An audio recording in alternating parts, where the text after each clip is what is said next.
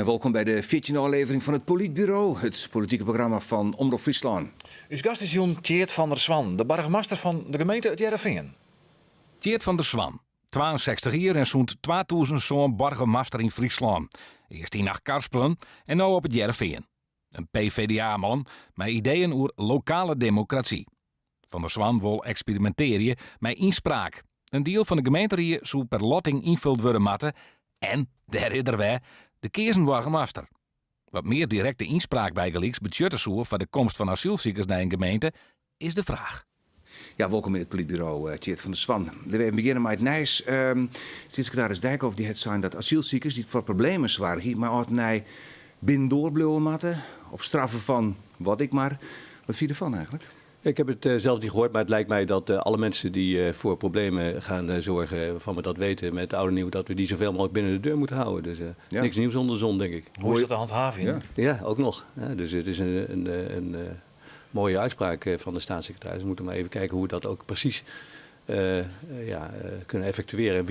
Wie dan wel en wie dan niet. Heb je nog polities om al die mensen in de hoes te houden? Ik zou zeggen, iedereen waarvan we weten dat hij trammeland gaat schoppen met de oude nieuw, daar moeten we eigenlijk proberen om die zoveel mogelijk thuis te houden. Wat vind je van zijn uitspraak van Dijkhoff dan? Ja, nou, ik vind het ook weer een beetje stemmingmakerij-achtig.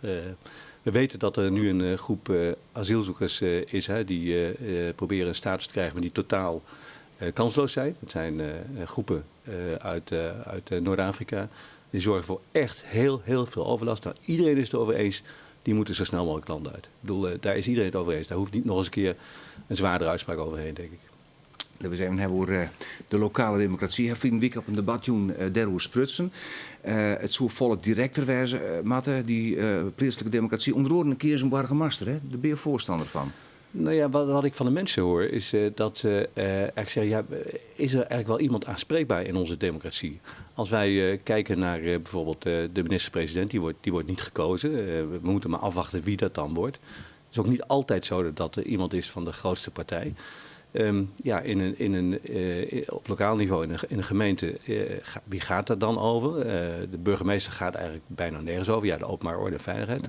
Kan die ook over worden aangesproken, maar hij wordt over heel veel andere dingen aangesproken. Je kent zelf ook wel de rubriekjes. Wanneer ik burgemeester was, dan zou ik. Nou, dan komt er van alles wat radicaal veranderd moet worden. En ik denk dat onze democratie wel gediend is met wat meer helderheid op dat punt. Jo, missen dat nou? Nou ja, waarom zouden we dat bij ons niet doen? En eigenlijk bijna alle democratisch bestuurde landen worden een burgemeester rechtstreeks gekozen. Wordt ook een staatshoofd rechtstreeks gekozen, althans een minister-president of wat dan ook. Waarom zouden we dat in Nederland eigenlijk niet Wordt het lokaal bestuur beter, maar een keer zijn burgemeester? Ik denk dat je dan iemand kan aanspreken, dat de betrokkenheid beter wordt. Je weet meer wat je krijgt. Je krijgt ook een campagne die kiezers zal gaan trekken. De burgemeester zal dan ook op een programma gekozen moeten worden. Hij zal ook, of zij, zal ook zijn eigen wethouders moeten gaan benoemen. Dus je kunt zeggen van we beginnen heel ergens anders bij de gemeenteraad en weet ik wat. En dan kijken we van wat er dan voor de burgemeester overblijft. Je kunt ook bij de burgemeester beginnen en zeggen van als we nou die rechtstreeks laten kiezen, wat betekent het dan voor de andere organen? Hoe gaan we dat dan inrichten? Heel directe vorm dus, maar werkt het dat ik het populisme in de hand? Ik zat de PVV heel grut wordt, om het als voorbeeld te nemen, dat je dan een PVV-burgemeester krijgt. Ja, we vertrouwen de kiezers niet, hè? Is dat is dan mijn antwoord. Wij vertrouwen de kiezers niet. Laat de kiezers zelf kiezen. We hebben algemeen kiesrecht. We hebben geen censuskiesrecht waarvan we zeggen van nou alleen maar kiezers die een bepaald opleidingsniveau hebben of die zich verdiept hebben in zaken of die we vertrouwen. Nee, dat soort argumenten is altijd ja, wij vertrouwen eigenlijk de burgers vertrouwen eigenlijk niet zoiets toe. Want dan zijn we bang voor populisten. Ja. Zon je zelfs zou je iets mooi maatje wel? Nee, ik zou zelf niet mee gaan doen. Ik ben natuurlijk een burgemeester vanuit de oude stempel. Ik weet niet of ik dat allemaal zou kunnen. Maar er zijn denk ik een heleboel jonge mensen die dat wel zouden kunnen. Die een mooie campagne kunnen voeren. Die daar enthousiast over zijn. En ik zie in dit stadium, denk ik van ja, we moeten met die lokale democratie, die moeten we vernieuwen. We moeten meer aansluiten bij deze tijd. En dan hoor ik van mensen dat ze toch ook heel erg verbaasd zijn dat je niet een burgemeester rechts kan kiezen. Dat moet allemaal in de beslotenheid gebeuren. Nou, een van de manieren waarop je het lokale bestuur verbeteren wil, in jouw eigen visie, is een raadslid per lotting. Nou ja, dat is het volgende eigenlijk. Heel veel mensen zeggen ook, wij voelen ons eigenlijk niet echt verbonden met de leden van de gemeenteraad of van het parlement. Daar is een afstand. Er is een soort een professionele bestuurder ontstaan of een beroepsgroep die daar zit. Dat is toch logisch? Het werk is ingewikkeld genoeg. Nou, dat komt omdat de selectie die gebeurt door politieke partijen. Mm-hmm. Nou, nog maar 2% van het electoraat is lid van een politieke partij. En zij bepalen de lijst. Maar hoe zou je dat dan nou zien?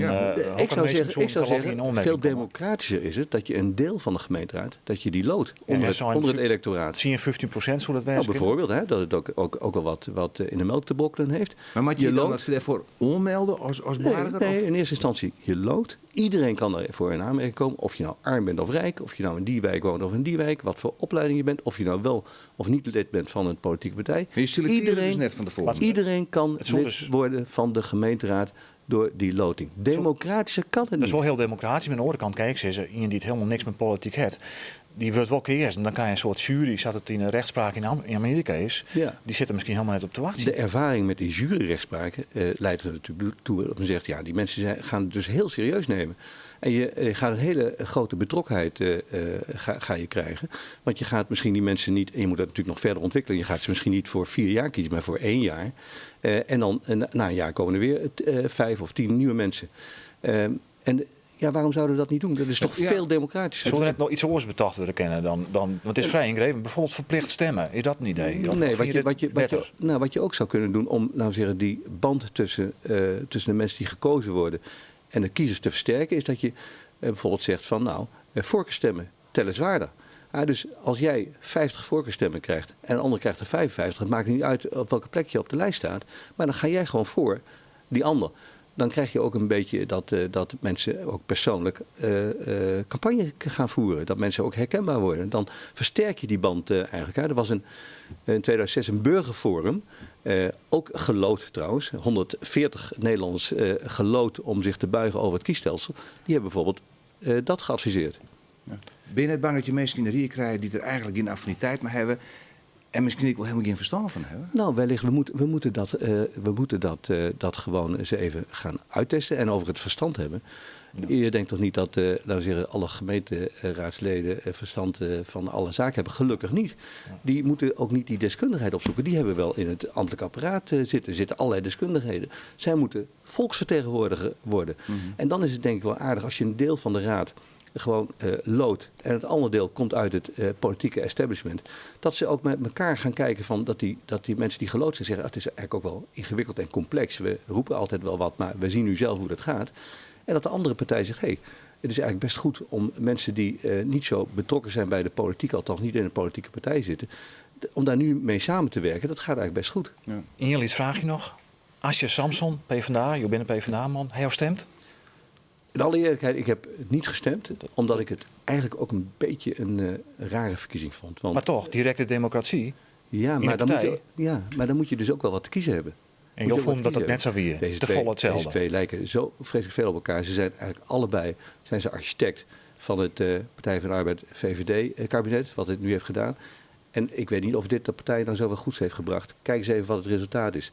Degene die in de Kamer is blijven zitten om dat sociaal-democratisch profiel hoog te houden, die valt er nu uit. En de vice-minister-president die wordt nu de lijsttrekker. Ja. Nou, we zullen zien in elk geval op 15 maart wat het voor jouw partij, de Partij van de Arbeid, dien heeft. Laten wij nou eerst eens even zien hoe dus cartoonist Gerco van Beek het verhaal delzetten heeft.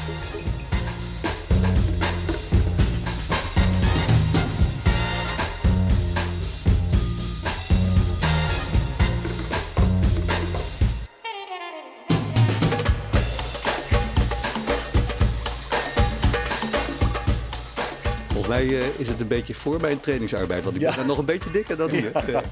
Een tekening vertekent altijd. Ja, zo is het. Goed. Geert van der Zwant, hartelijk dank voor je komst naar het politbureau.